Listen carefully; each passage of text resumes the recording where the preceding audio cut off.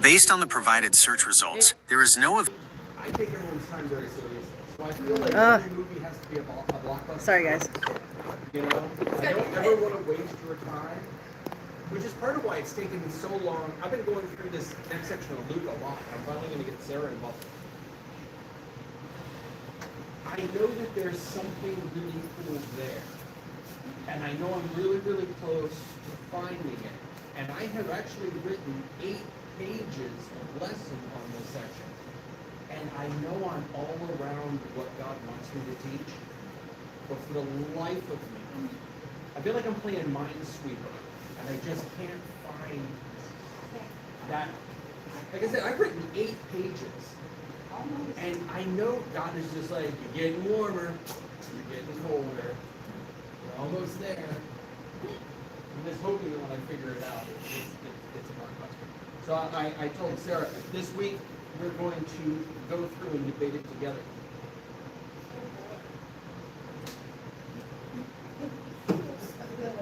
It's one of those sofas. Nah. You're right, you guys have a guest room. One of the things that one of the things that Norman established very early on in our relationship is that if we ever got into an argument where either one of us wanted to be in bed with the other, that it would be me on the couch. Hey, I have a perfectly good bed. I will not be kicked out of it. But see, now I have an extra bed in the spare bedroom. So And it's very comfy. it's very comfy. And it's got a TV in the room. It does. But by the grace of Hashem, the only reason you've ever had cause to be in there is because you're sick. Yes. Now you on the other hand. My poor husband. Oh. That's why he has You, the you cane. do realize that we're teasing, right? I hope you do. That's why he has the cane, so you can take it in stride.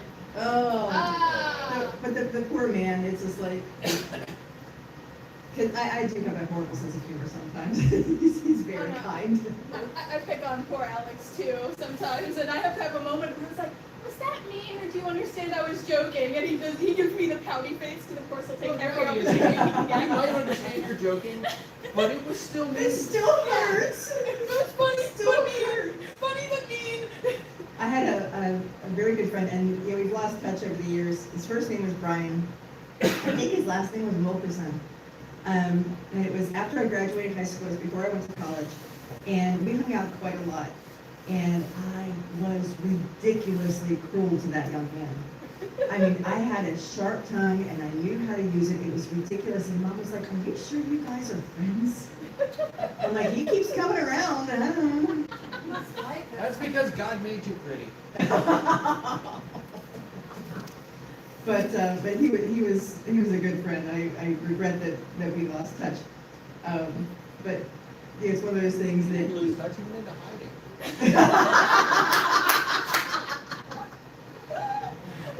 if y'all didn't hear that on YouTube land, he said we didn't lose touch. He went into hiding. So yeah. Poor guy lives in Washington now. Maybe he's big football. Change the name, dyed hair. Anyway, okay. So as far as announcements go, of course, usually, if you're again coming up into the high holidays, we're really gearing into that. So we have entered the month of Elul. So if you've not been privy to that and haven't been paying attention to that, it is a preeminent time for spiritual house cleaning.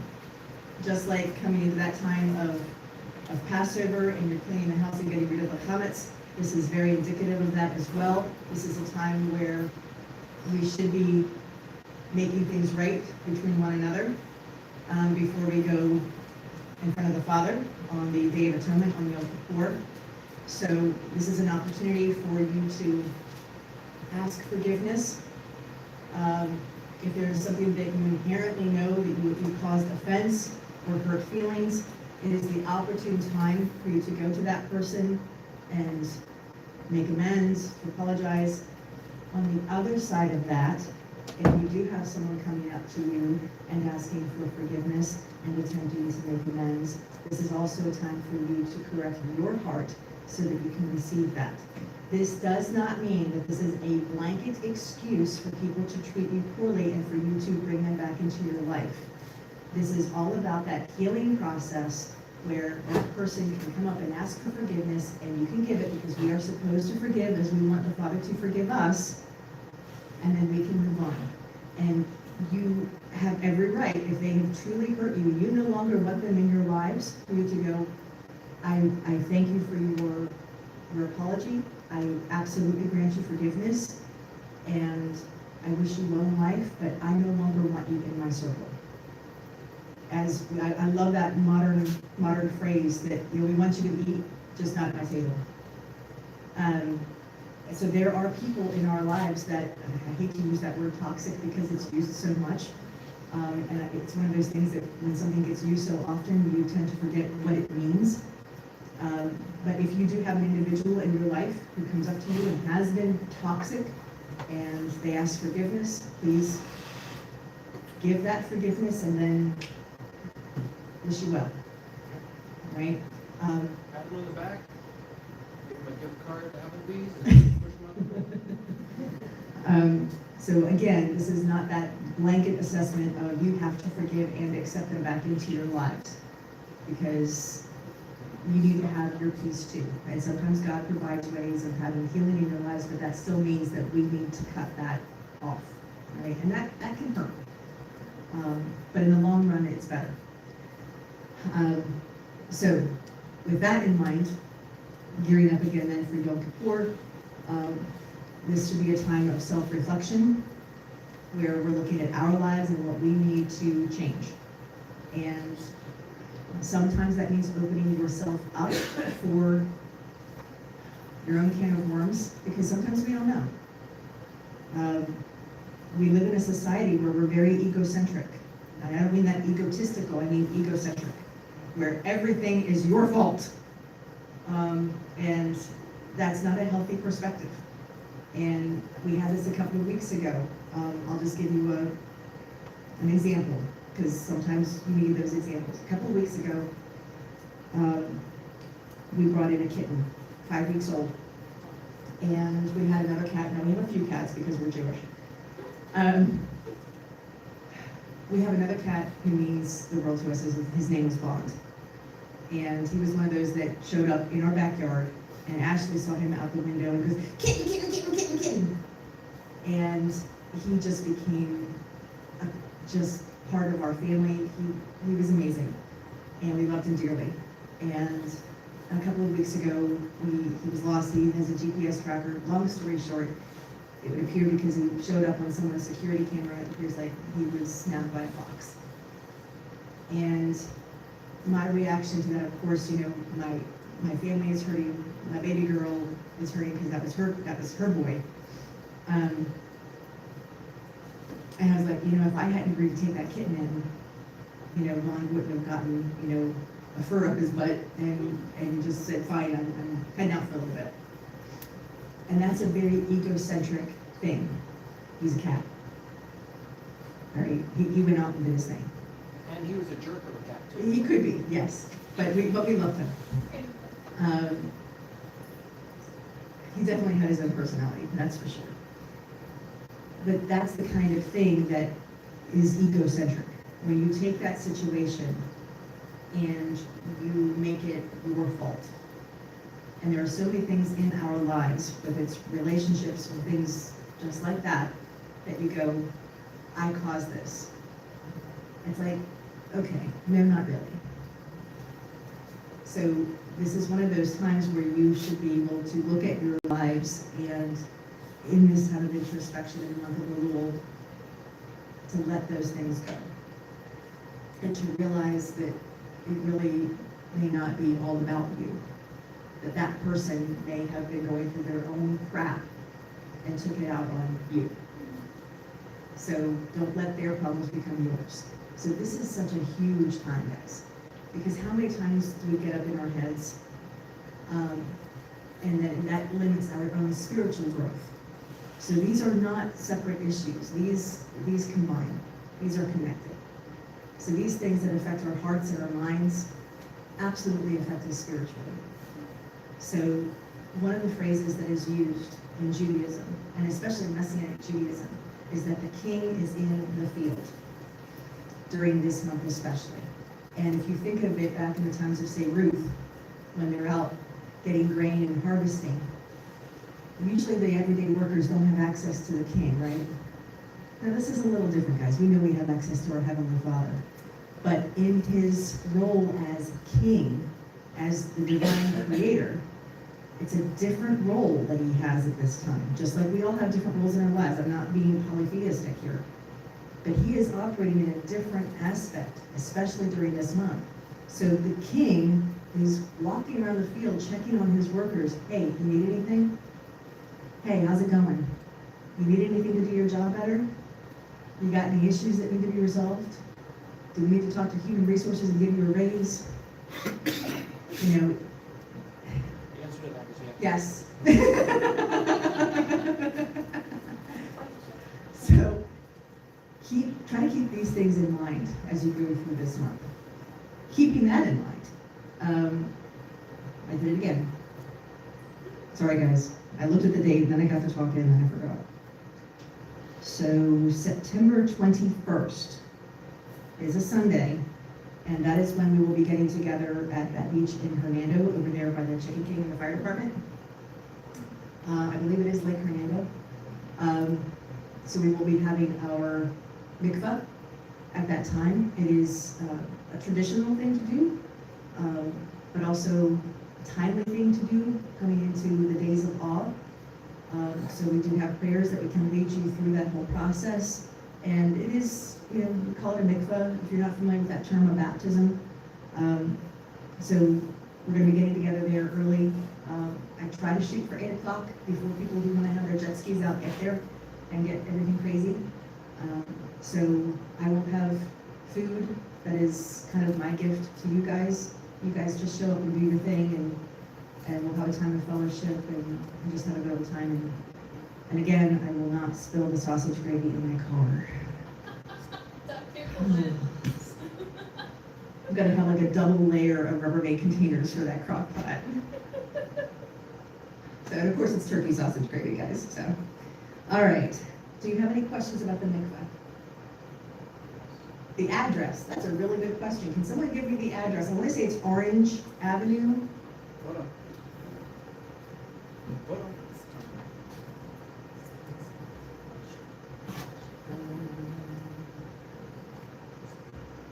Look up the Inverness Alps. Oh yeah, they're right there too. Right there. It is. Right there. It is Orange Drive, East Orange Drive, called Lake Hernando Park. And you really can't miss it. So if you turn on East Orange Drive, and if you're coming from Ocala, of course, that would be a left. If you're coming from Inverness, across the river, that would be a right. You just look up Hernando Beach. Just go until you It's like see. a public park. Yes, it is a Yes. public park. Right on the water. Yeah, there's the fire, it is right next to the fire department. So if you see the fire department, you're right there. It's also right next to the water. If you don't see water, You're in the wrong you're in place. the wrong place. If you see water, you're not at the lake. Or if it takes you a long time and you do see water, you've gone too far. So if you feel water. Yes, if you feel water. And usually there's a bunch of homeless people charging your phones. Yes, yes, that is Yeah. another thing. Yeah. Yeah. You know, I go between a wonderful, compassionate believer and Ebenezer Scrooge. When it comes to our homeless. I don't have a problem with someone charging their phone or No. anything. But when we come in, be respectful, act Yes. like, let us do our thing, and then come on back. And Um, very often, we have a lot of extra food Yes. left when we're done. And we Everybody do. else leaves, and we've got a bunch of extra food. I have no problem giving that food Yeah. away because We often do. we often do. It's like, hey, guys, we're Yeah. leaving, and we have 8 dozen Um, donuts. This just came to mind, guys. We're gonna be heading into the fall and winter relatively soon, I would imagine, at some point here. It's Florida. You never know. That's Um, If you have extra blankets or hoodies, sweatshirts that you're no longer wearing, might not be a bad idea to bring them. Because, and understand, we've never had a situation where we've got homeless come up, hey, you know, we've never had that issue. But it is an opportunity to be compassionate and to help others very easily. So just keep it in mind. If there's something that might help them get through the winter months, it's an opportunity time to do so. Okay, does that answer enough, Ms. Karen? I know that's not a, I can't guarantee Sands alligators. I mean, they do have netting around, you know, but they're alligators. It is a lake. Do you know how to serpentine? All right, poke them in the eye, or poke them in the nose. Yeah, poke them in the nose. Yep, They'll let up. yep. Gosh, isn't that crazy stuff? They're there. I can't find it. Well, the problem is, the nose is at the end of the bitey belt, or the bitey part. It is next to the biting part. It's like the same thing with the shark. What do you mean you expect me to grab it by its face and turn it over? Yeah. It's like the people that say, if someone pulls a gun, you stick your finger in the end of the barrel. I bring up sharks and you bring up guns. This is a funny tale. Yep. All right. Alrighty, if I could have you stand please for the Shema. Oh, I said all that to say we're not going to be doing our thing next week with all the food, because we're going to be putting that towards the Yom Tov celebration that we're going to have at the end of the month. That's why I did all that. That was ADHD. All right, the Shema, of course, is on page 16 of your Sidors. Of course, the screens to your left. Shema Yisrael, Yahweh, Eloheinu, Yahweh Echad, Baruch Shem Kivod, Malchuto, Leolam Vaed.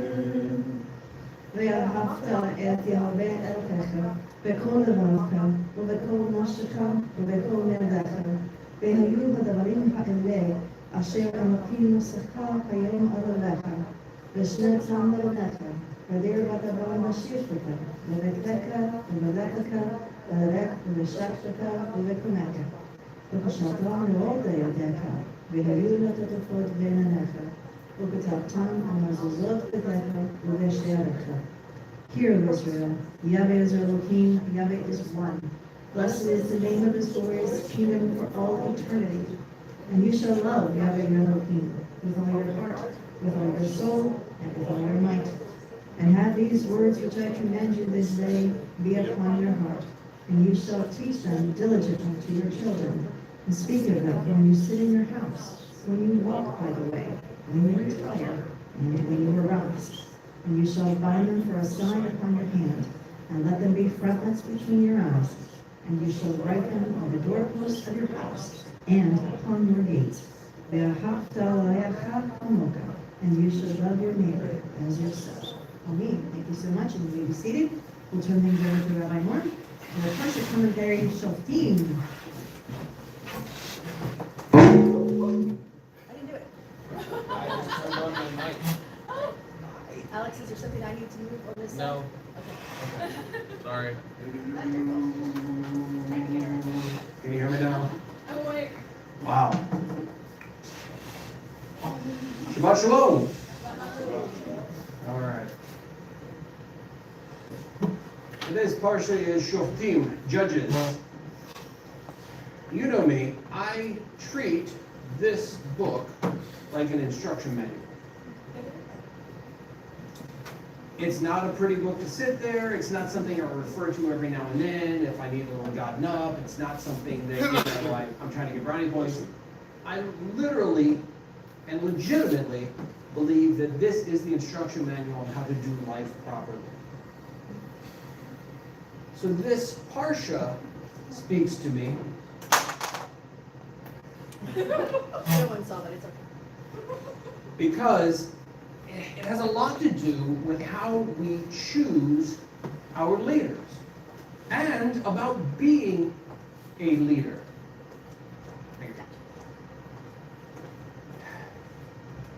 The problem with religion is very often we go for the glitz, we go for the glam, and frankly, we all have an opinion and we like to be heard. The problem with politics, everything else, is that very often, especially in a democracy, It ends up being a popularity contest. You know, we end up pandering to various groups. This idea about choosing leaders and what a leader should be, not only choosing one for you, but being one yourself, there really does need to be some guidelines. Deuteronomy chapter 16, verse 18, it says, you are to appoint judges and officers for all your gates in the cities Yahweh Elohim is giving you, tribe by tribe, and they are to judge the people with righteous judgment. It's important to remember that at this time, Israel was a theocracy.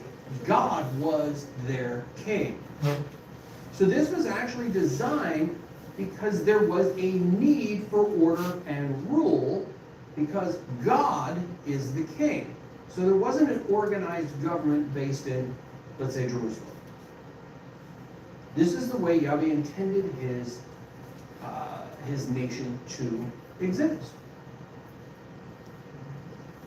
So these judges, judge is shafat, and it means to judge. That is to pronounce a sentence for or against. By implication, to vindicate or to punish. By extension, to govern. To litigate, condemn, contend, defend, execute, plead, reason, and rule. So you can see that these leaders that were appointed, they were supposed to be the de facto political, social, and religious. They were supposed to handle all of that. The reason at the city gates was because that's where commerce was done, that's where people came, that's where people went. So that they could literally look out over everything. The scribes were necessary because these were legal proceedings and they needed to be recorded. But this was supposed to be orderly. And how are these judges to judge the people? With righteous judgment. Zedek mishpat. Zedek means the right, naturally, morally, legally. Equity, justice, righteous. And of course, mishpat means properly a verdict pronounced judicially, especially a sentence or formal decree, human law, or particularly divine law, including the act, the place, the suit, the crime, and the penalty. I love when people come up and go, we're supposed to be Elohim in the kingdom to come. We're going to be little gods. And I go, well, technically that means judges or magistrates. And people like that idea. In the kingdom to come, I'm going to be in charge. That comes with a burden. And that burden is that these judges were to be educated men that knew the law and could apply it to legal cases brought before them. And that's something we've lost. Very often now, especially religious leaders, what you get is their own moral judgment, what they feel is right or wrong. And the problem is that ticks people off. People don't like that.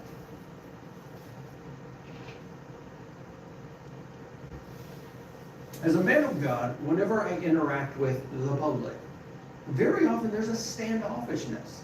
It's part of the reason I don't use my ministry in my business. I don't put little sayings on my business cards, everything else. People distrust that. But especially with mechanics and everything else, once they get to know me, I have seen cases where they have run religious people out. And the problem is there seems to be this impression that they're trying to put their version of morality on me. And people don't like that. I've always found it amazing that while I'm interacting with people that rebel almost entirely against the godly ones, Usually at some point, they will get around to asking me my opinion. First of all, I don't push my opinion. But the next thing I do is I say, okay, depending, are you asking the pool guy for his opinion on your circumstances, or are you asking the rabbi to render a legal precedent? And they'll often look at me and they're like, aren't they the same thing? No. As a pool guy, I think you're a jerk. If I consult the Torah, we have to look at it more. But what's funny is, when they think about it, they go, I'd like to know your rabbi opinion. What I do is I tell them flat out, okay, this has nothing to do with my opinion. We're going to find the applicable laws, and then we're going to investigate that.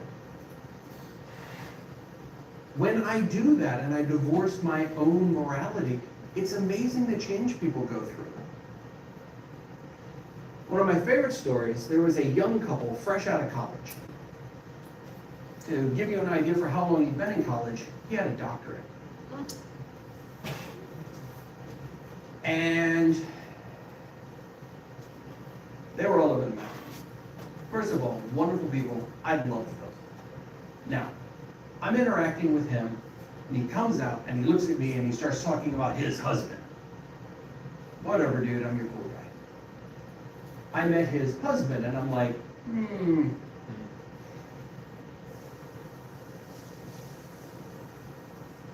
His husband was once his wife who decided to be a husband, which meant that now all of a sudden he's gay. It got very strange, but I never made a big deal of it.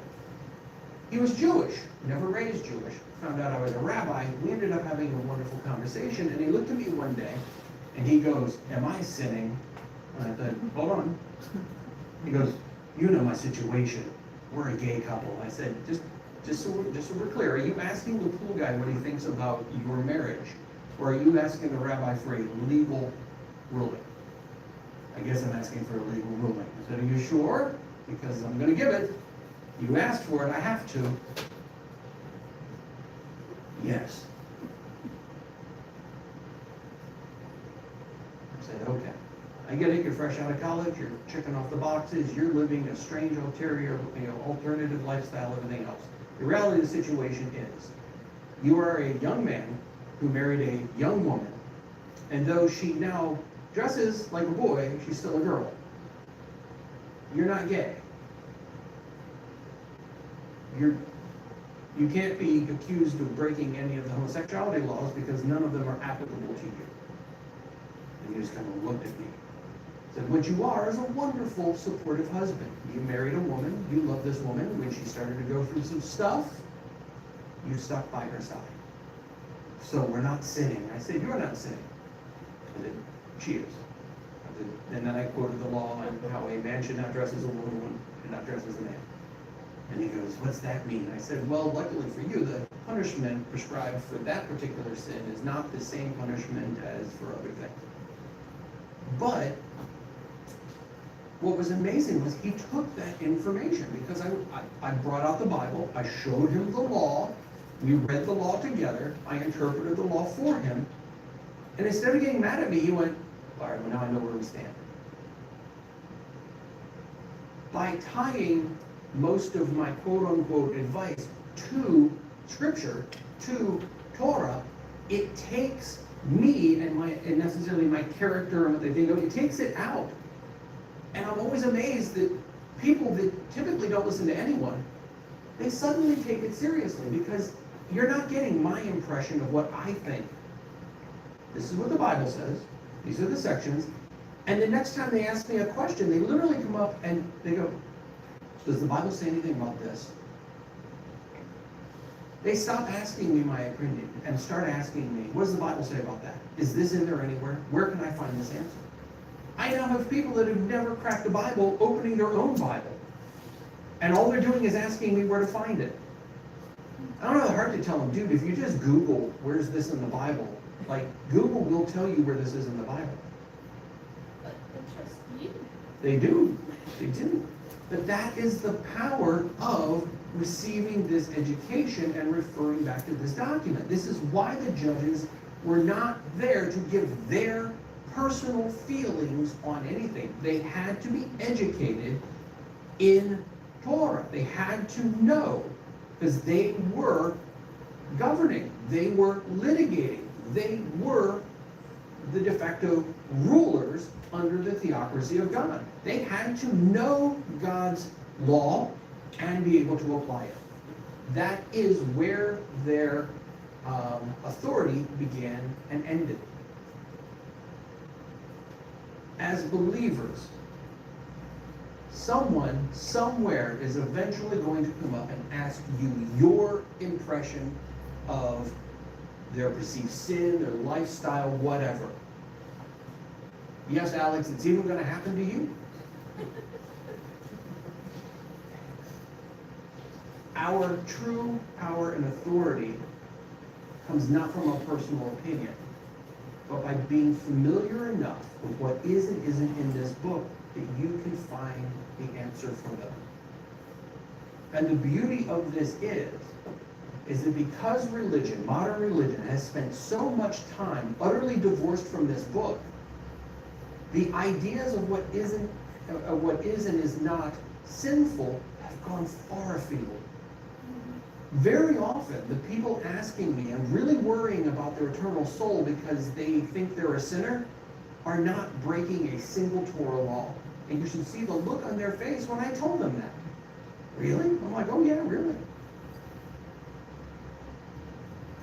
It's amazing how freeing it is when people realize they're actually not that bad. That based on God's criteria, they're really a whole lot better person than they ever thought they were.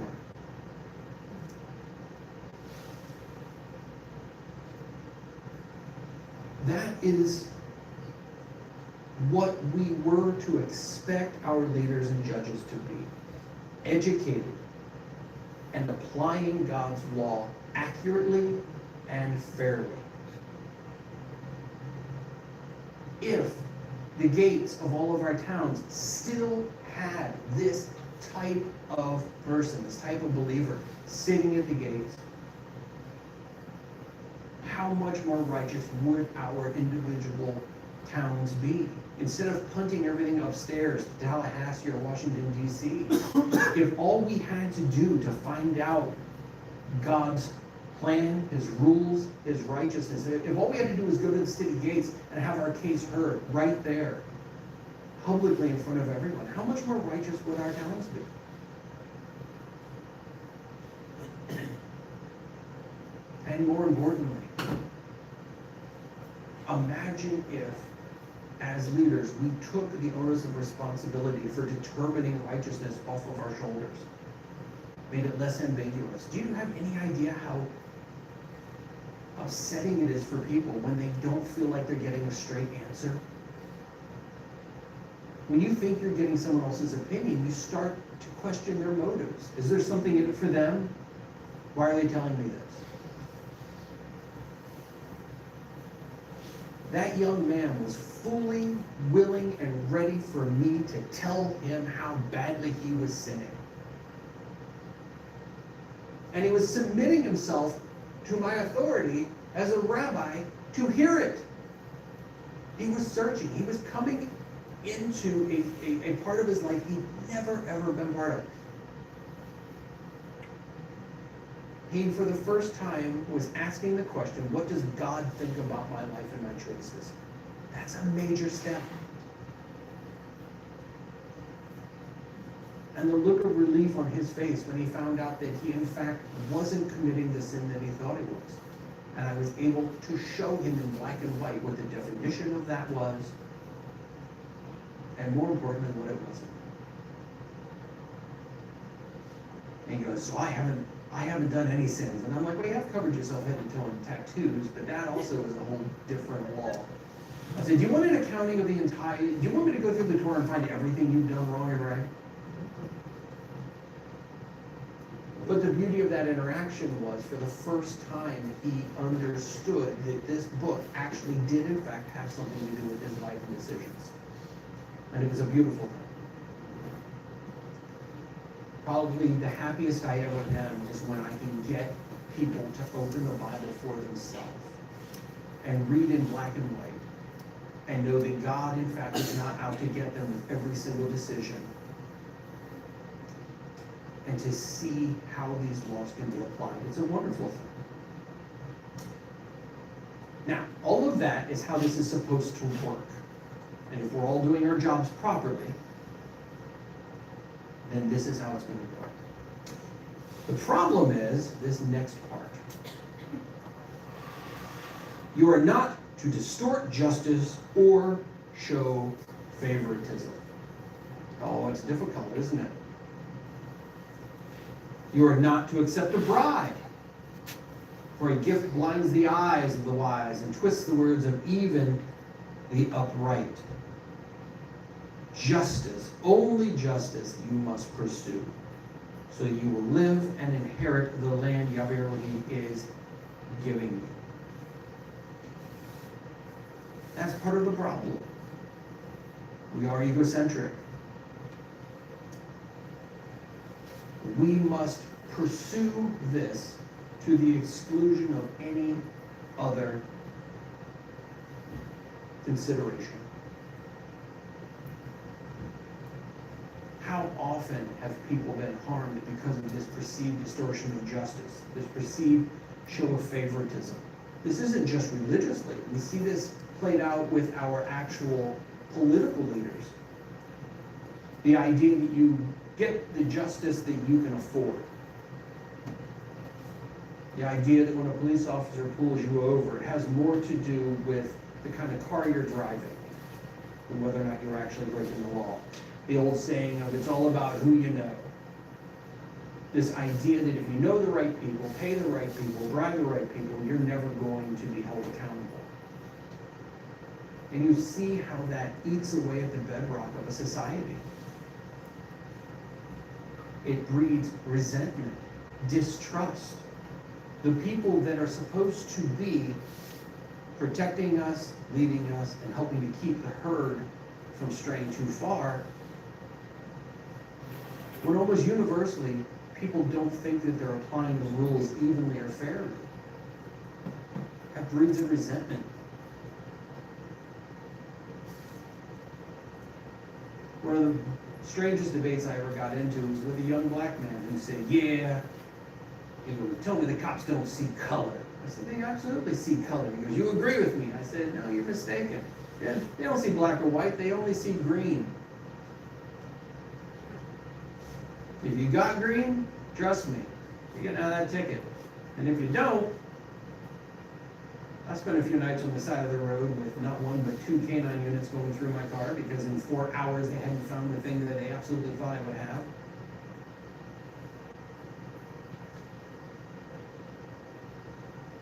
But the problem is that perception still exists. Imagine if we could honestly look at our judges, our politicians, and our police and say that they are not distorting justice, they're not showing favoritism, and nobody ever accepts a bribe. It's so much easier to submit to the authority of a truly righteous person when you recognize that all they're doing is reading the rules and applying them fairly.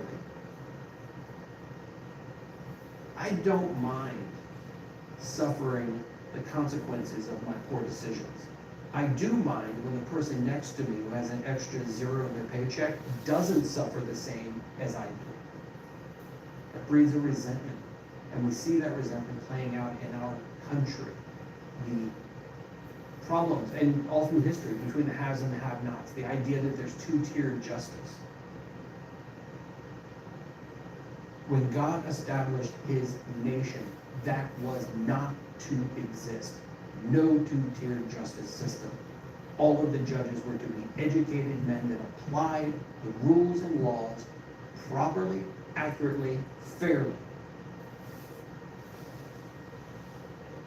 Now, unless you are a politician, when you interact with someone, you are taking on a position of authority. When they ask you a religious question,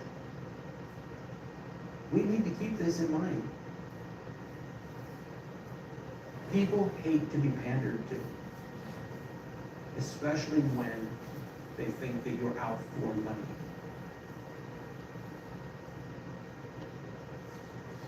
The other problem is If they think that you're able to be bought, then they just start shopping around. They don't accept your answer. Part of the problem with religion is that it has almost entirely been taken over by this idea that we're all out for money. You know, a pastor of, I don't know, a couple of churches just got arrested for extortion and bribery and money laundering and all this other stuff. And they live in one of the largest houses in Tampa. They have all this stuff. And this guy, I saw a video of this dude legitimately looking at the camera and saying, you might not have $100,000 to give, but you might have 10, 20, 30,000. And I thought, oh my God, the stones on this dude. Are you seriously asking people to send $30,000 to you?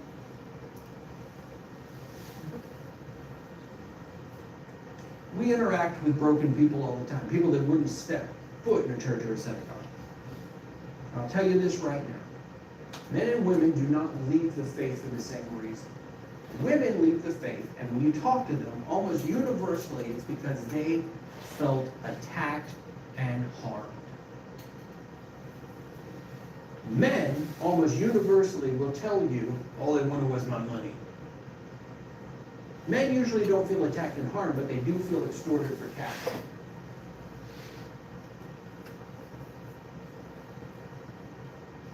It's why we need to constantly guard ourselves. It's why some of the things that we're going to get into are so important with how we interact with each other.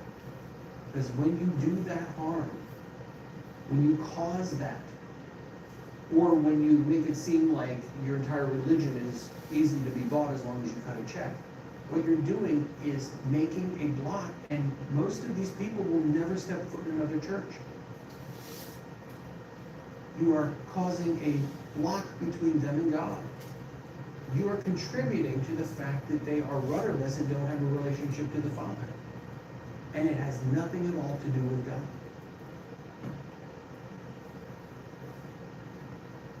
Rules for determining guilt. Deuteronomy 17. If there is found among you anyone within your gates that Yahweh your Elohim gives you, a man or woman who does what Yahweh your Elohim sees as wicked, transgressing his covenant, and contrary to my command, has worshipped other gods, bowed down to them, or to the sun or the moon or the sky, and it is told to you, or you hear about it, you are to investigate the matter diligently. If there is a man or woman who does what Yahweh your Elohim sees as wicked, transgressing his covenant, if you are not well versed in this document, how do you know what God sees as wicked? How do you know if they're transgressing the covenant? Does your impression of what is wicked count for anything? No. How many people have been attacked and driven out when they haven't transgressed God's law at all? They've done nothing wicked in the eyes of God. They didn't manage to tick you off.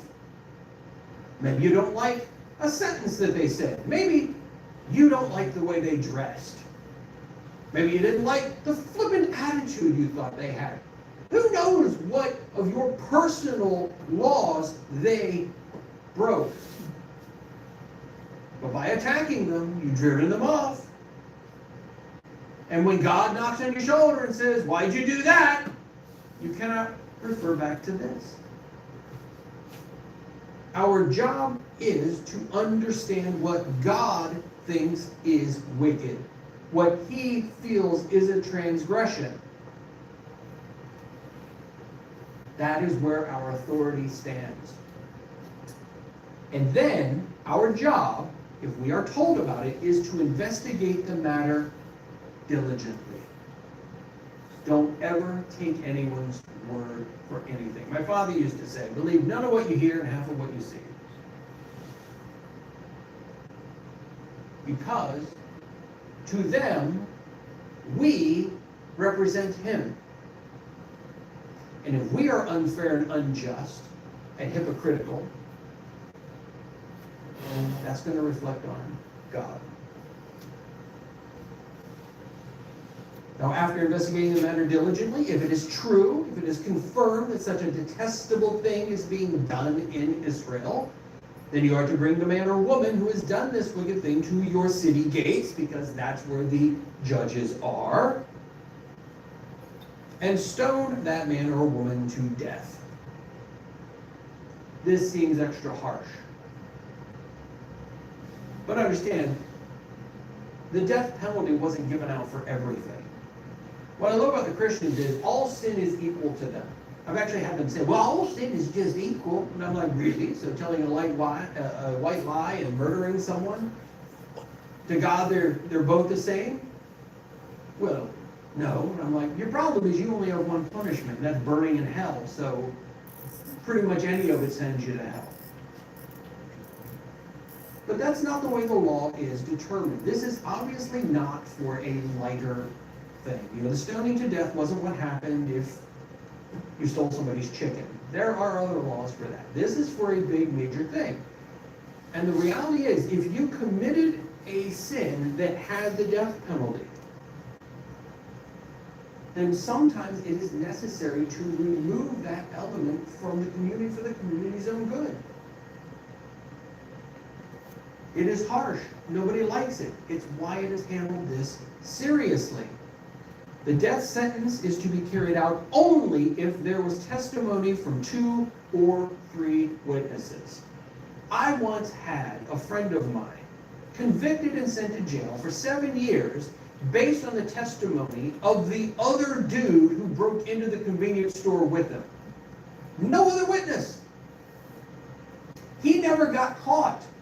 The other guy got caught. And when the other guy got caught, he stood up and said, hey, it wasn't just me, he did it too. He got a reduced sentence for narking on him. They only had evidence on the dude that got caught. And they only had the word of the dude that got caught for my friend. And I looked at him and I said, is it really that easy to put someone in jail? Because there's a couple people I'd like to see off the streets. All I have to do is call them up. They're really just going to take my word for it? No evidence? Nothing else? Not even 2 other guys? All I have to do is, I just saw Bob steal a car. What's car? I don't know. It's just a car. Well, let's go get Bob. Torah is designed so that these kinds of personal vendettas cannot stand. You need 2 or 3 witnesses. They cannot be held accountable based on one. And here's the important part. The witnesses are to be the first to stone them. No anonymity, no calling up a hotline, no being able to say, well, it's out of my hands, backing off. If you bring the accusation, and it is by your testimony that they are found guilty, the first person to have to cast a stone is you. Does that sound like any New Testament story that anyone might have talked about recently? The woman brought to Yeshua in the very act of adultery?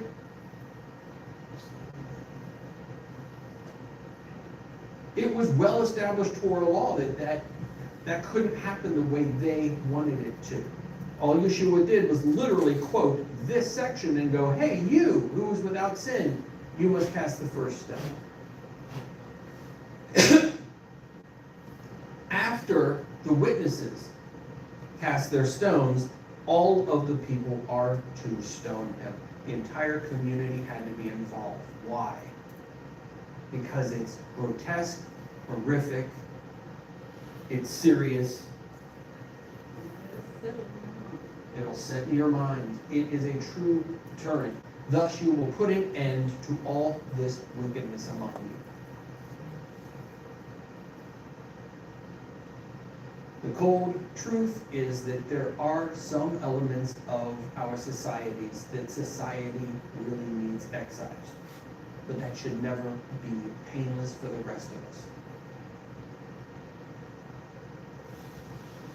I am not against the death penalty, but I am against the fact that it's done somewhere behind a closed door with somebody else doing it and I don't have anything to do with it, it's very easy for me to take on a flippant attitude. I might not even be arguing the fact that this person deserves to die and needs to. But I think honestly, we need to feel that because it would keep us on guard. You'll never become so flippant toward another life that you're just like, oh yeah, well, you know. Put them down. And also, equally importantly, when you witness that, it is more of a deterrent for you. When punishment happens behind closed doors, it doesn't make the same connection.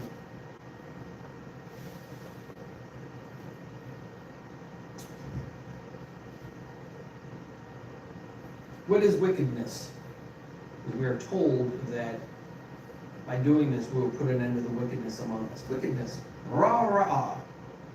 It means bad, evil, adversity, affliction, distress, harm, noisome, trouble, vexing, wretchedness.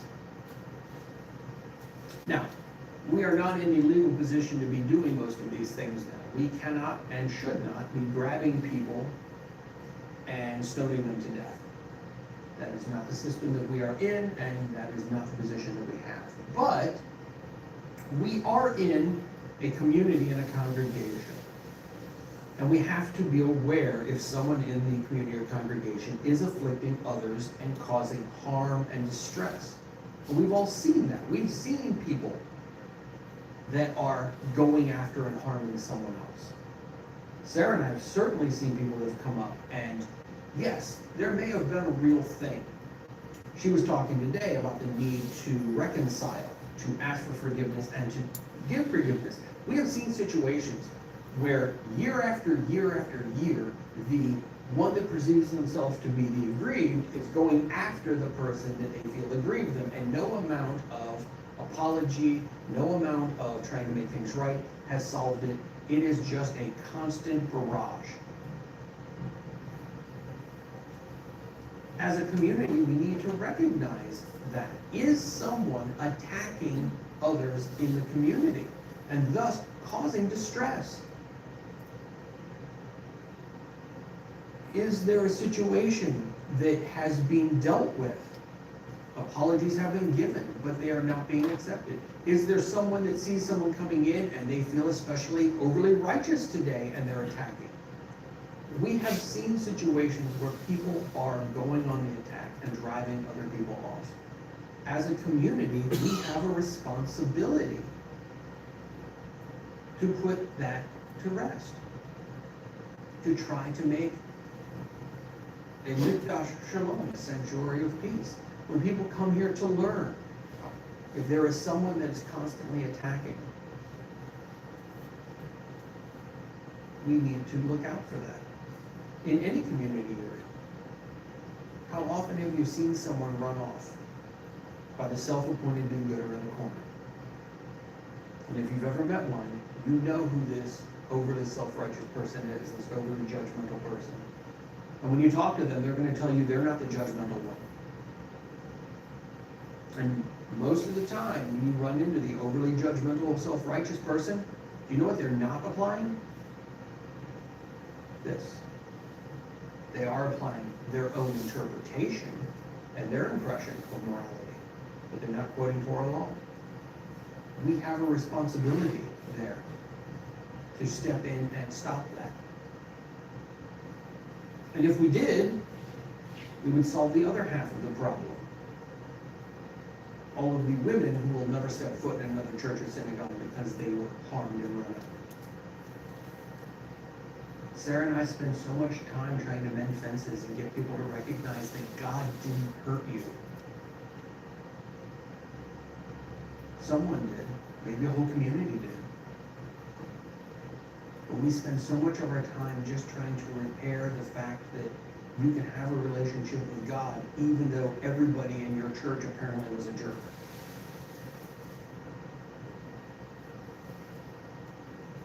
That's our responsibility as a community, to not drive a wedge between someone and God.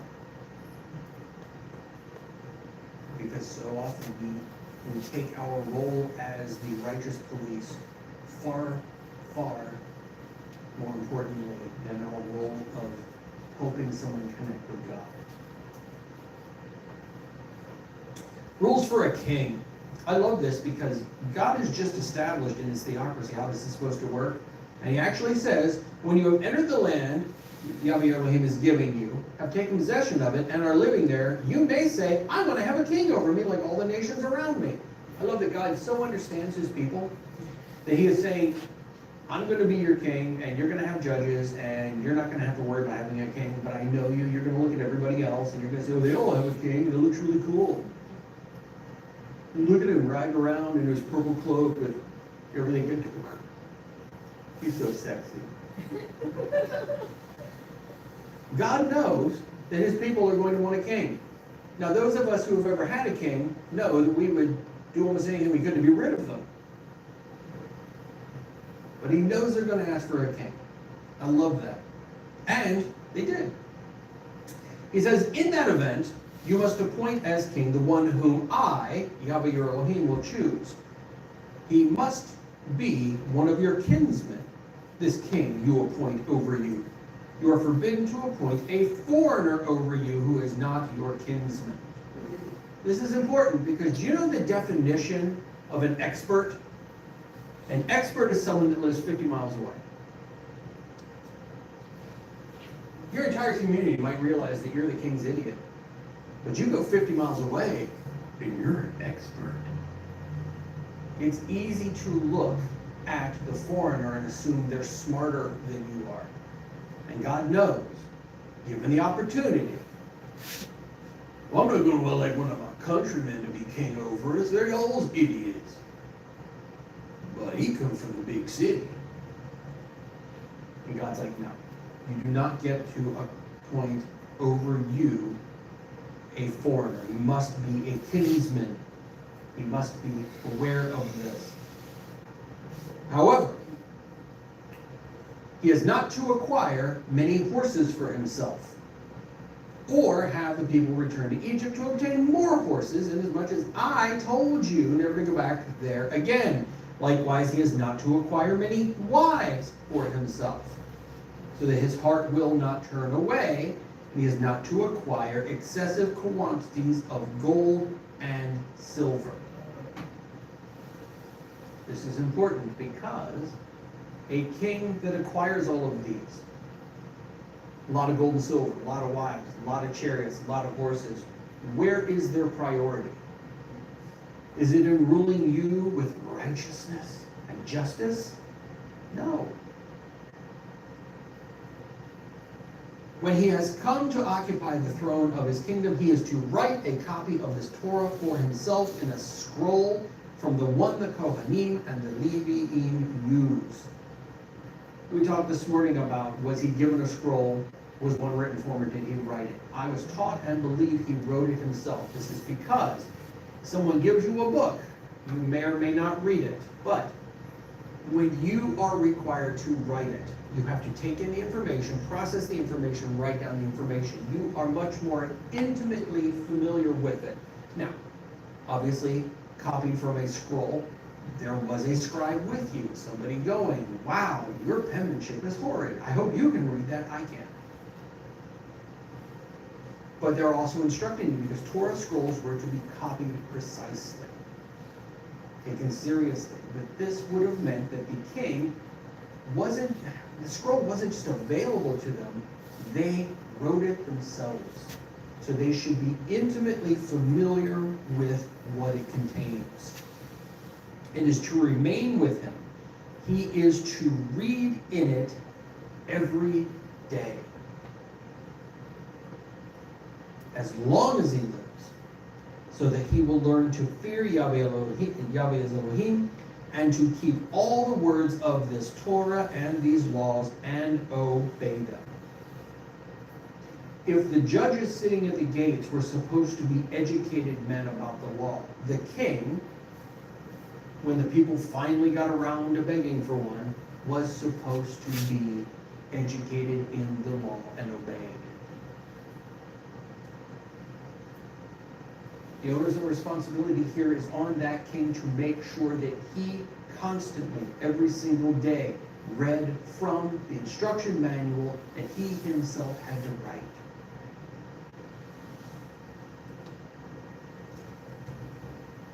And why is he supposed to do this?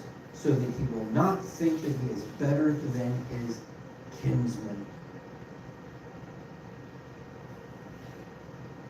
How often do we see that our ruling class honestly believes they're better than the people they rule?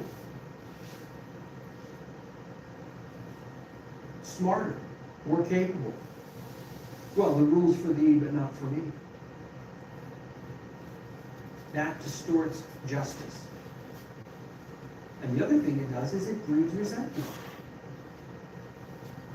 If we are a nation that is supposed to be honoring God, and we're supposed to be firing on all 4, 6, 8, or 12 cylinders in the pursuit of Him and His kingdom, then anything that disrupts that orderly flow is a sin. And that kind of resentment, that kind of separation, all it's going to do is cause misfires.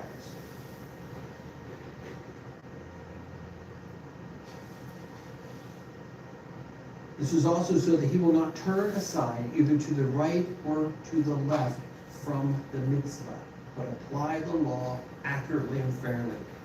In this way, he will prolong his own reign and that of his children in Israel.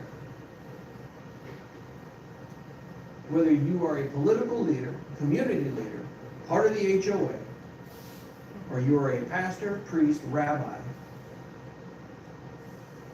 nobody likes to see that you have exploited your position for your own gain. That you, A, don't know the rules and are making it up as you go along, or that B, you're not paying attention to the rules yourself and enforcing it on others. This disunity affects the entire community. Now, from a religious standpoint, we have seen pastors, priests, rabbis that drive Bentleys, have 4 houses, have private aircraft. How do people view them? I'm not talking about the people in their congregation that apparently think it's necessary, but has that caused more harm or more good to the name of God? We, as leaders, must always guard against giving into greed. It corrupts us, and it causes everyone to look at God negatively. A leader should study the Torah diligently and then apply what he or she has learned directly to their lives. Teaching something you don't live by makes you a hypocrite, and it is this perceived hypocrisy that has turned many people away from God. When you ask most people why they want nothing to do with religion, they go, it's full of hypocrites. This perception that they're going to be held to a standard that the person attacking them isn't keeping themselves breeds resentment. And we must always be on guard against that. Dealing with sin in the assembly. We're going to move up to the Parasha, Matthew chapter 18. It says, moreover, if your brother commits a sin against you, go and show him his fault, but privately just between the two of you. This is important. Nobody likes to be embarrassed.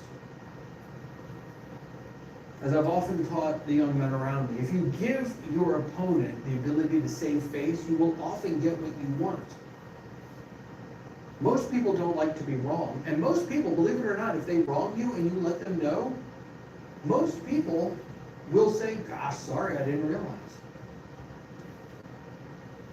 But if you embarrass them, make a big public thing, you've put them in a position where they're going to fight.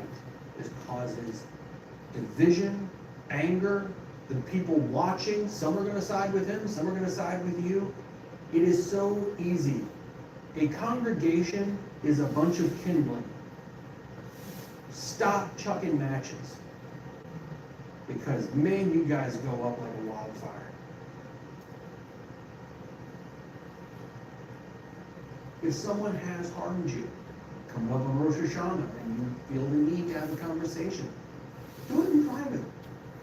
Try not to embarrass, because most of the time, people are unaware. You've all heard of a Hanlon's razor? You've heard of Occam's razor. All things being equal, the simplest explanation is normally correct. Hanlon's razor is this: never apply malice to what can easily be explained through stupidity. No. Seriously. When someone offends you, it's easy to say, well, of course they knew that that was going to offend me. They did it on purpose because they hate me. In reality, most people have not put nearly that much thought or effort into it. They didn't offend you because they knew it was going to take you off. That would have taken effort. And most people are just far too lazy to put in that kind of effort. They didn't realize it was going to affect you that way. They had no idea you were going to take offense. If they'd taken 2 seconds to think about it, yes, they probably would have figured out that opening their car door into your car door is going to take you off. They never put in that kind of thought. As a believer, not only are we supposed to try not to offend, but we are also supposed to not be quick to take offense. Give the other person the benefit of the doubt. I will give you an 80% chance they don't even realize that you've been offended or wrong. And they're going to look surprised when you bring it up to them. The other 20%, that's a whole different category. But imagine where we would be as a people, heck, as a nation, if we were not constantly looking for offense everywhere. And if on the rare occasion that you were offended, you brought someone aside on the down low and said, hey, dude, I know you probably didn't mean anything by it, but you stepped on my new shoes and made a scuff mark.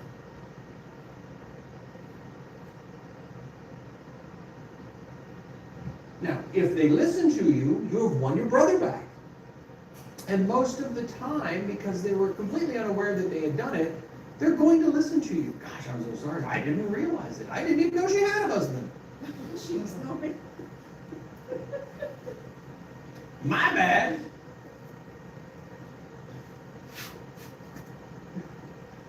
I'm sorry, is this how he always is when he teaches? I don't always.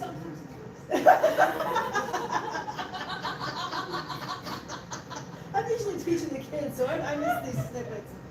It's great fun. It's great fun. Just like listening. Anyway.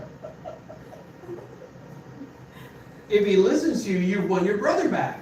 You've sealed the breach. Everything's okay. We're going to be all right. If he doesn't listen, that's that other 20%, and you know who you are, Bob. If he doesn't listen, take 1 or 2 others with you so that every accusation can be supported by the testimony of 2 or 3 witnesses. What's amazing is this is the book of Matthew. This is the part of the Bible everybody says is supposed to be doing away with the law. Doesn't that sound suspiciously like they're keeping the law about the 2 or 3 witnesses? But this is important because then it stops being a he said, she said. It is, hey, look, I'm dealing with the situation. I went up to them. It didn't go well. Now, maybe you should actually take someone of authority and not just the other dude sitting next to you. But now there's an outside perspective. Because the other thing that normally occurs is either A, they were completely unaware and you make them aware and they back off, or they see it differently than you do. And that outside perspective can often be good because sometimes you're set in your way, they're set in their way, and you have a very hard time seeing the other person's point of view. Very often you just need a third party to go, hey, I understand. Okay, I get it. This is the way you took it. This is the way you said it. You don't think it means that. From an outside perspective, that was an offensive thing to say. I know how I would have taken it. And very often you can win them back that way. If they still refuse to hear and listen,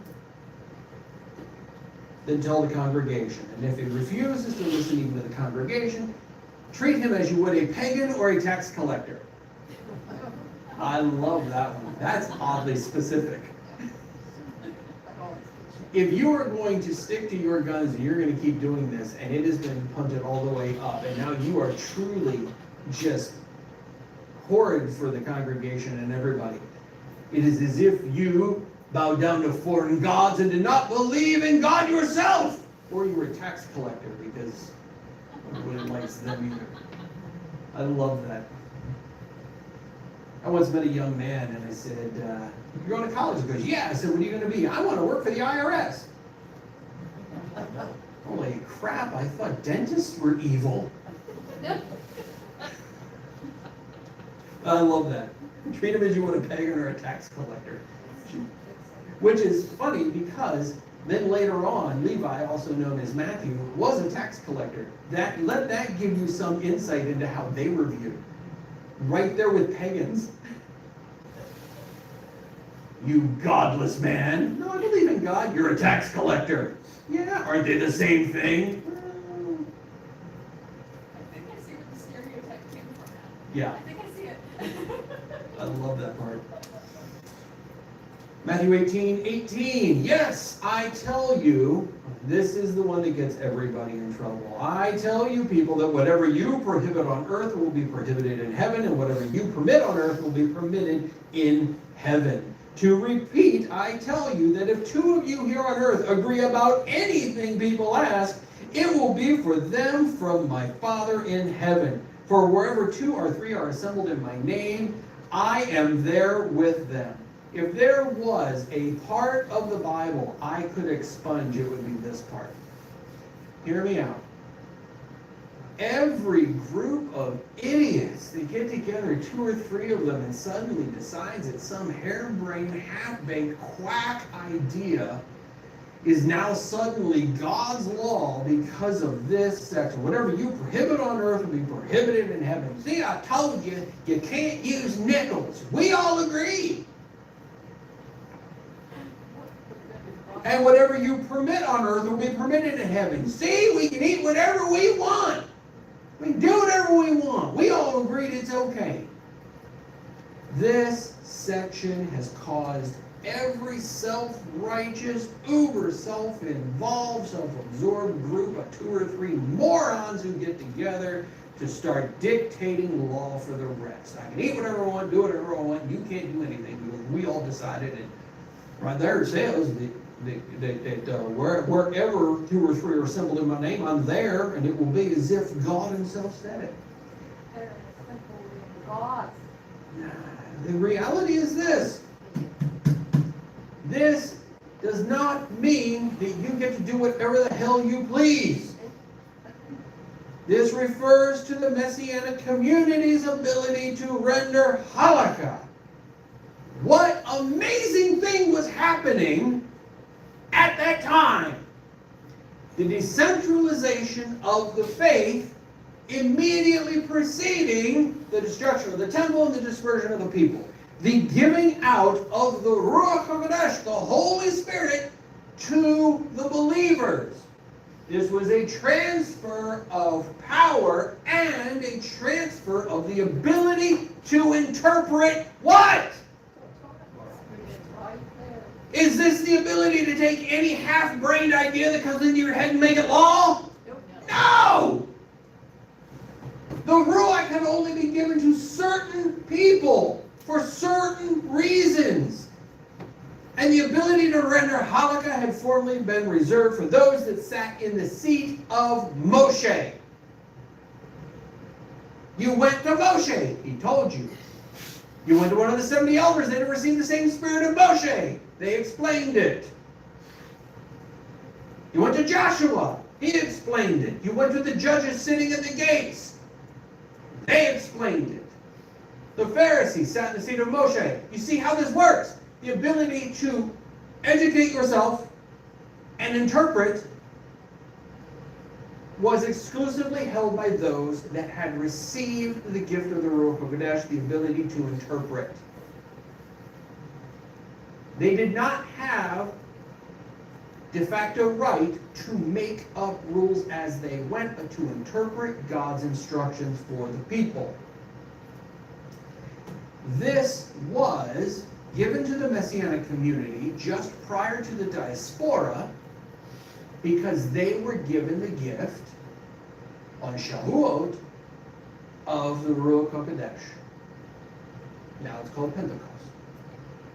With this indwelling of the Ruach, we now have the ability to read and understand the instructions and interpret them. This is not the Messianic community's ability to make up any rule they want. This is the Messianic community's ability to read and interpret Torah, render halakha, and have it be considered binding. Does that make sense? Because I have had a bunch of people coming from a certain group that doesn't believe the Torah is still binding and thinks that Jesus gave them the ability to make up any rule they want as long as they find 2 to 3 other idiots who agree with them. And I have gotten into some serious arguments, and I am like, are you kidding me? Are you serious? This is why certain groups think that abusing your children is okay. We all agree. Treating another race is okay because we all agree. This has been used to justify a group doing horrific things. I'm not talking about the Baptists that think if you drive a Ford instead of a Chevy, you're going to hell. I'm talking about the groups that are actually lynching people and doing horrific things to children because, well, God gave us the ability. It's no longer a sin. That's not what that is. And if you think, out in TV land, if you think that's what that means, it's not. And frankly, you don't want that responsibility anyway.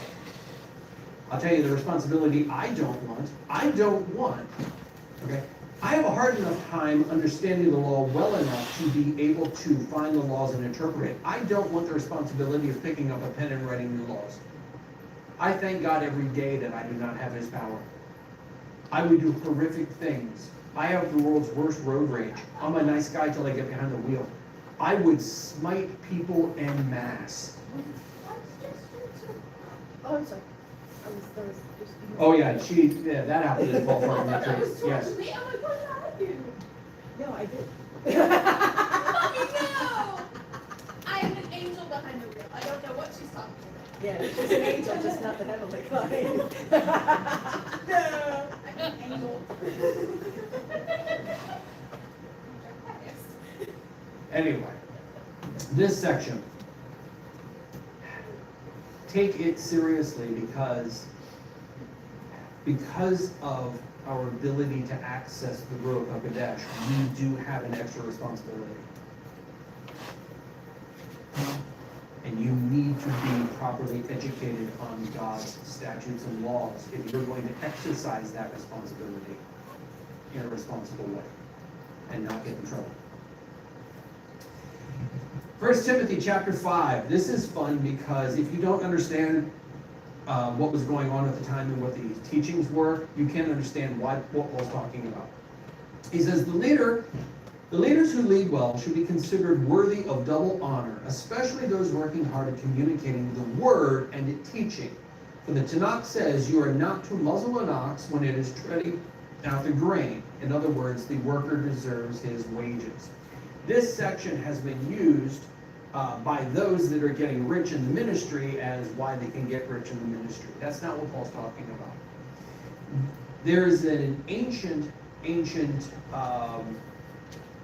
condition among rabbis that it is a sin to profit or benefit from the teaching of the Torah. Maimonides, Rambam, was a physician. That's how he earned his living. He did not derive any income from being a rabbi. Rashi gathered and sold firewood. He did not derive any of his income from the gathering and teaching of Torah. This idea is that because Torah is a free gift from God, you should not profit from teaching it. It is free. Does that make sense? Part of the reason I don't pull a paycheck from this synagogue is because I pull my paycheck from the pool company. I do pool company. Pool company pay bill. This is a gift. It is an honor to be able to do this. Okay? So this is actually an old teaching that the rabbi should not derive any income or benefit from their ministry. On the other side, Paul only had that job. He's sailing around the known world at the time, starting congregations, teaching. He was not in one place long enough to get a quote-unquote job. He worked at doing this. This was Paul arguing with the crowd that's saying, dude, you shouldn't be able to profit at all. And he's going, wait. Leaders who lead well should be considered worthy of a double honor, especially those working hard at communicating the word and teaching. That's what I'm doing. I'm communicating the word and teaching. Because you shall not muzzle an ox in treading grain, and a worker deserves his wages. This was not intended to be that I can get rich doing this job. This was intended that there are people that commit 100% of their resources and time to teaching, and Paul is justifying that they should be able to still feed themselves. I need all of you everywhere to put on your big boy pants and recognize that we need balance. It is no more a sin for a person to be able to pay their bills doing this job than it is for someone to say, you know what, I'm going to do this and I'm going to teach for free. We need balance. Extremes in either way, I think, are detrimental. We all agree that nobody should get rich doing this job. Okay? The reason I have a Porsche out there is because I have a pool company to pay for it, not because you guys give me money for it. The reason I do that is because I like expensive scotch, and I like cars, and I like watches. So by the grace of Hashem, He's given me the ability to get these things. But if this were my sole job and I pulled up in a Mercedes, you would have cause to look at me and go, did I buy that? This section is not intended to make it so that you can get rich. It is intended so that those that tell you you shouldn't be able to derive any benefit at all can be shut up and said, you know what, this is my sole job. I've committed my entire life to this. That's what Paul had done. He had committed 100% of his resources, time, and life to this. And he's like, are you telling me that I cannot take a love offering, that I cannot be fed? We've all known people that had a ministry, especially a music ministry, where they have done everything. They're not getting multi-million-dollar record deals. They are going around from congregation to congregation, and they are trying to spread the word of God. They are trying to bring us all closer. They're doing their thing, and they are dying of starvation in the process. Okay? If you, as a congregation, take a love offering for them, they are not sinning. Because the gas to get here wasn't free. That's what this section is. But if you don't understand that at the time, because remember, Paul was a Pharisee, son of a Pharisee. He had been raised in this idea that teaching the word of God was not supposed to lead to any personal gain. That's what he's arguing against. Because I guarantee, whether he's in Galatia, Corinth, or Rome, somebody came up and said to him, hey dude, you're not allowed to take that, that love offering. You're not allowed to take that money. You're not allowed to take that compensation. That was his justification. I like this part. Never listen to any accusation against a leader unless it is supported by, again, 2 or 3 witnesses. Rebuke before the whole assembly those leaders who continue sinning as a warning to the others. Before Elohim, the Messiah Yeshua, and the chosen angels, I solemnly charge you to observe these instructions, not prejudging and not doing anything out of favoritism. Do not ordain anyone hastily, and do not be a partaker in the sins of others. Keep yourself pure. There is a lot there. How many leaders have we seen taken down because of gossip and accusations, baseless accusations?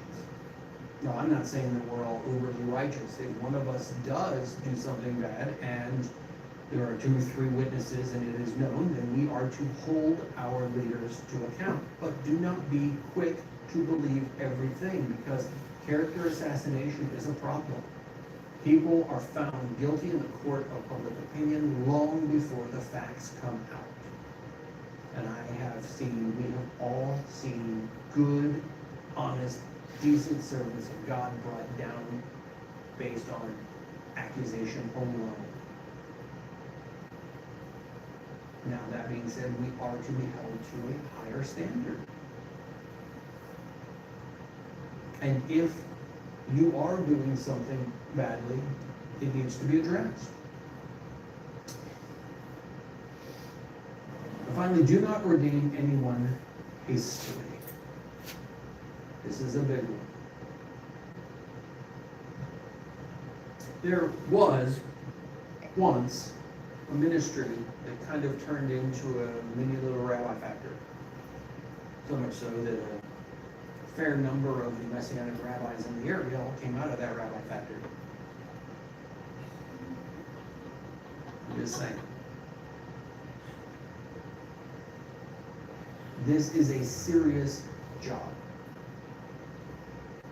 Being ordained is serious. We need to be properly educated, and we need to be able to do this job right. We need to take our ego out of it. We need to know the law and interpret the law properly. That's our job. And anytime you ordain someone, you are raising them up to a position of leadership. Their words now matter, and people take them seriously. If you teach in error and others sin because of your teaching, their sin is accounted to you as your own sin, because they are following the person that's supposed to know the rules better than them. You said it was okay to do, they do it, it's now your sin. If you trained and ordained the rabbi leading everyone astray, guess where that mudslide heads? To you. There's a reason rabbis quoted in the precedent of Rabbi so-and-so who taught in the name of Rabbi so-and-so. We make legal precedent. All too often we are too quick to ordain. We are too quick to give that power, to give that authority. It isn't just about education. It is about what is the person going to do with it? Do they have the spiritual maturity to handle it? Their words are going to have weight. They are going to have the ability to sway a person's faith and relationship with God. That is awesome. And not always in a good way. So you must always pay attention to your students to make sure that they are becoming the leaders that are required, and that they can back their egos out of the job enough. This doesn't become about them, but about him and this. And if there are any questions in your mind, you do not ordain.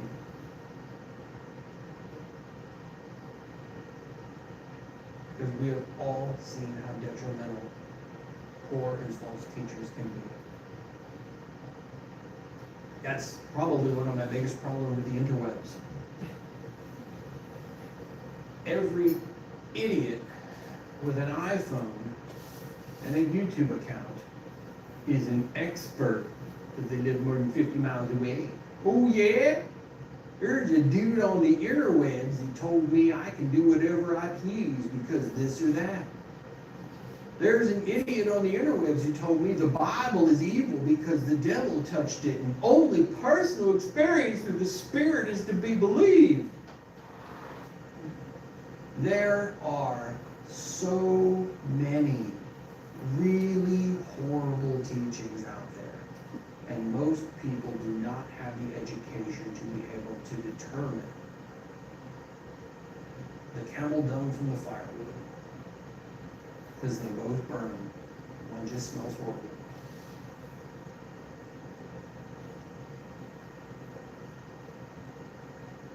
And that's probably the last thing I have for you. In this world of instant access to more information than you ever knew existed, you yourself must be educated enough that you can determine whether or not the teacher that you are sitting in front of is worthy. You cannot believe everything you hear. Quote the great Rabbi Beck, you cannot believe everything that you breathe. But too often that's what we do. We find somebody on the internet and they've got, I don't know, so many followers, so many subscribers, so many whatevers. And you assume that they are not full of dung, but we have to be responsible.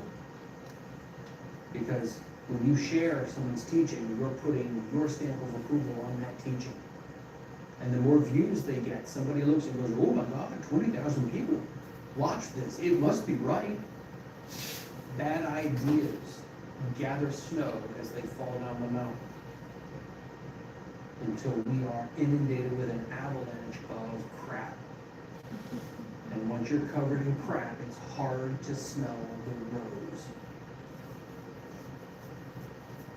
That is all of our responsibilities. All of this today is about honoring God, interpreting correctly, doing it right. Take it seriously. And for God's sake, before you hit the like and share button on that video, do 5 minutes of due diligence to find out if they even have a point.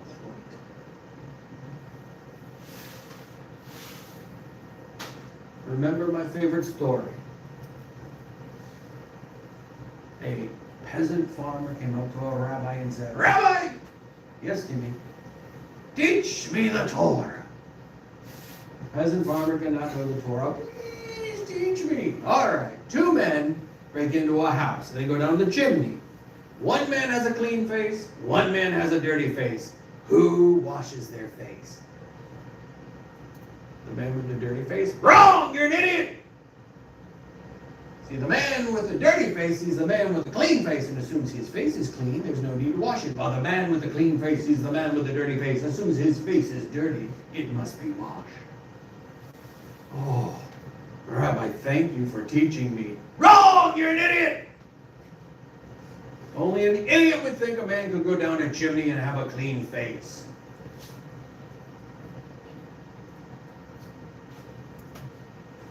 A good argument is not a point made. If there is one thing I am really good at, it's debate.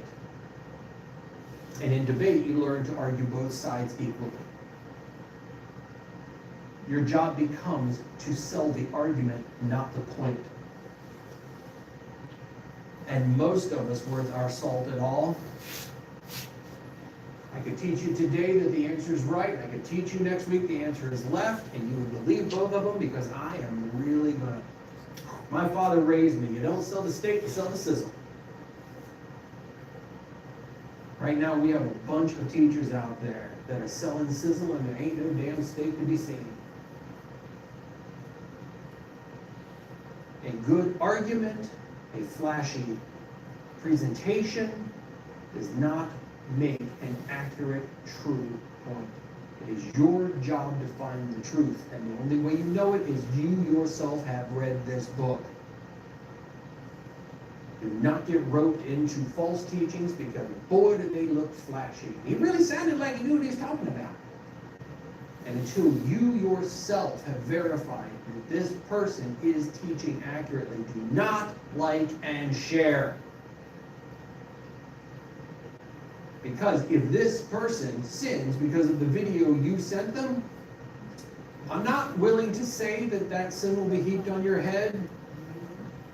But we're getting really close to being able to say that they learned incorrectly because of your influence. So, my final lesson is be a responsible citizen of the interweb. And do not promote false ideas and teachings. Because that is a minefield. And if you don't know what to look for, you can easily lead someone else onto the lines. All right. Now that I've done all the death, doom, and destruction, Shabbat Shalom.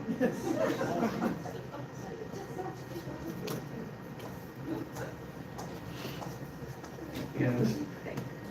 I love you. My wife's always like, how did it go? I never tell her about the things that I say. Well, it's really kind of funny, because I'm sitting there and I'm sitting by my daughter, and it's totally not a good idea. Because I often joke with Norman, he is an excellent teacher and an HR nightmare. Yep. And I even actually said that last night, I can't remember what you said, I was like, oh my gosh, you really are an HR nightmare. But today I felt like one of the women from Corinth. You know, like Paul says, you know, women should be silent in the synagogues because this is what happens. You know, the rabbi starts teaching, he makes a point or something like that, and we're like, oh, yes. Oh, by the way, yeah, It's like, you suck at whispering. okay, it was only at the beginning. We did get, I don't know if you guys noticed, we did get like one side eye, maybe two. I But got a there, couple of layers. there was a side eye. It was good though. I was Okay, so in happy. all fairness, we were trying to make sure that the YouTube thing was working okay. Yes. So- The interwebs, Dad. Yes, the the interwebs. Which, by the way, it wasn't my idea to go on the interweb. Oh, shush you. Yes, I'm an HR nightmare, but before we went on the interwebs, there was no proof. It's not the 90s, Dad. Everybody sharing one again. Well, you know, there's a good word Yes. for it. That is one thing that we have always strived to be. We have strived to be exactly who we are. We tried a little bit harder, but, you know, we're definitely real. You get us. Yeah. So, all right, for better or for worse, you get us. All right, if I can have you stand, please, for the closing of the hour, that we will be so kind once again to prepare to close said ark.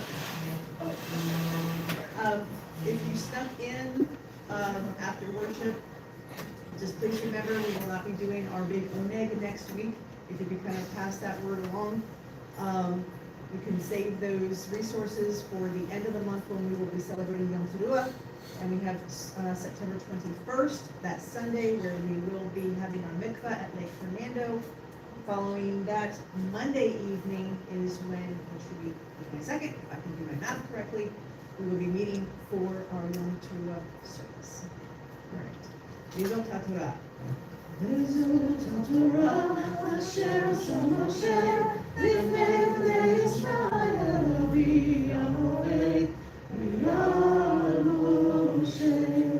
And this is the Torah that Moses placed before the children of Israel at the command of Yahweh through Moses. And we don't have any little ones, but would you go ahead, because we do have some people that watch online who On the have children. interwebs. On the interwebs.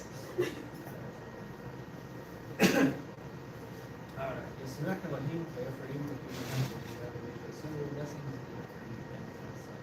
Yisrael Elohim, Sarah, Rivka, Kodeleh, blessings. Sarah, Rebecca, And for the rear cup coming. Out. oh, Yep. wait.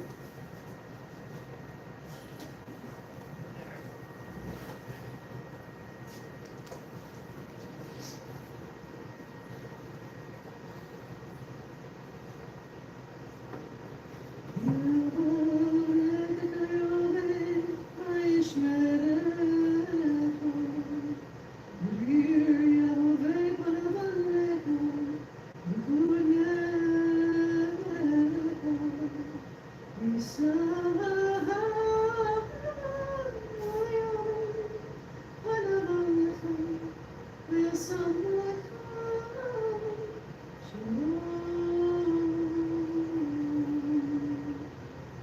bless you and keep you. May God make his face shine upon you and be gracious to you. May God lift up his countenance upon you and give you peace. And the congregation responds, so may it be. Amen. And Shavua Tov.